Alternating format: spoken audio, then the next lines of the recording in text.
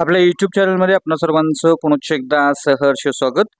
सरकारी कर्मचारी, निमसरकारी कर्मचारी पेन्शनच्या प्रतीक्षेत असलेल्या पेन्शनधारकांसाठी आताच्या घडीची मोठी आनंदाची बातमी समोर आलेली आहे। युनिफाईड पेन्शन स्कीम UPS संदर्भात अतिशय महत्त्वपूर्ण अशी अधिसूचना निर्गमित झालेली आहे। काय आहे ही अधिसूचना आणि या अधिसूचनेच्या अनुषंगाने कोणती ती बातमी आहे, कोणकोणते ते लाभ मिळणार आहेत, या संदर्भातील सविस्तर माहिती देणारा हा व्हिडिओ पाहण्यापूर्वी नेहमीप्रमाणे आपणा सर्वांना एकच विनंती, व्हिडिओ शेवटपर्यंत पाहावा आणि आपण जर आमच्या चॅनलवर नवीन असाल तर चॅनलला जरूर सबस्क्राइब करा, समोरील बेल आयकॉनला सुद्धा क्लिक करा, जेणेकरून महत्त्वपूर्ण शासन निर्णय, कर्मचारी पेन्शनधारकांच्या हिताच्या महत्त्वपूर्ण अपडेट्स आपल्याला आपल्या YouTube चॅनलवरती सर्वात अगोदर पाहावयास मिळतील।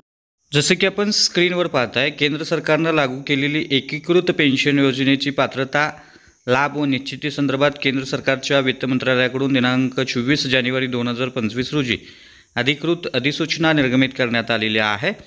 आपणा सर्वांना माहिती असेलच की राज्य सरकारी कर्मचाऱ्यांना, निमसरकारी कर्मचाऱ्यांना सुद्धा महाराष्ट्र राज्य सरकारनं UPS पेन्शन स्कीम लागू केलेली आहे। त्यामुळे ही अधिसूचना काही दिवसांनी आपल्या राज्य सरकारी कर्मचाऱ्यांना, पेन्शनच्या प्रतीक्षेत असलेल्या पेन्शनधारकांना सुद्धा लागू होणार आहे। त्यामुळे निश्चितच हा व्हिडिओ अतिशय महत्त्वपूर्ण असणार आहे। याच्यामध्ये जो कर्मचारी सेवेचे 10 वर्ष पूर्ण करेल त्यांना ही UPS सिस्टम जी आहे, पेन्शन जी आहे ती लागू केली जाईल।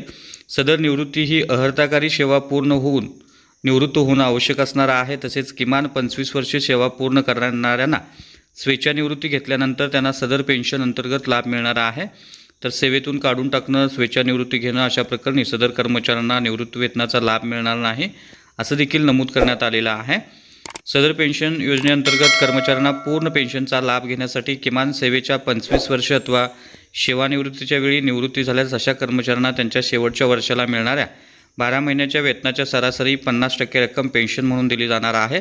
अर्थातच महाराष्ट्र राज्य सरकारने याच्यामध्ये बदल करून 25 वर्ष सेवेऐवजी 20 वर्षांची सेवेची अर्हता केलेली आहे। तर किमान 10 वर्ष सेवा झालेल्या कर्मचाऱ्यांच्याकरता किमान 10,000 रुपये पेन्शनची तरतूद करण्यात आलेली आहे। तर कर्मचाऱ्यांच्या मृत्यूनंतर त्यांच्या वारसाला 60% रक्कम पेन्शन म्हणून दिली जाणार आहे। यामध्ये महागाई भत्त्याचा देखील अवलंब करण्यात येणार आहे। समजा एखादा कर्मचारी 25 वर्षे सेवा पूर्ण करून निवृत्त होत असेल तर त्याला निवृत्तीवेळी 45,000 रुपये मूळ वेतन असेल आणि अशावेळी त्याची पेन्शन जी असणार आहे ती 22,500 इतकी असणार आहे। यामध्ये कर्मचाऱ्याचं वैयक्तिक कॉर्पस मूल्य हे जे आहे ते 50 लाख रुपये म्हणजेच 10,000 युनिट असणार आहे। तर 25 वर्षे सेवा म्हणजे 300 महिने, अशा पद्धतीनं याचं कॅल्क्युलेशन असणार आहे। समोर स्क्रीनवर आपण पाहू शकता।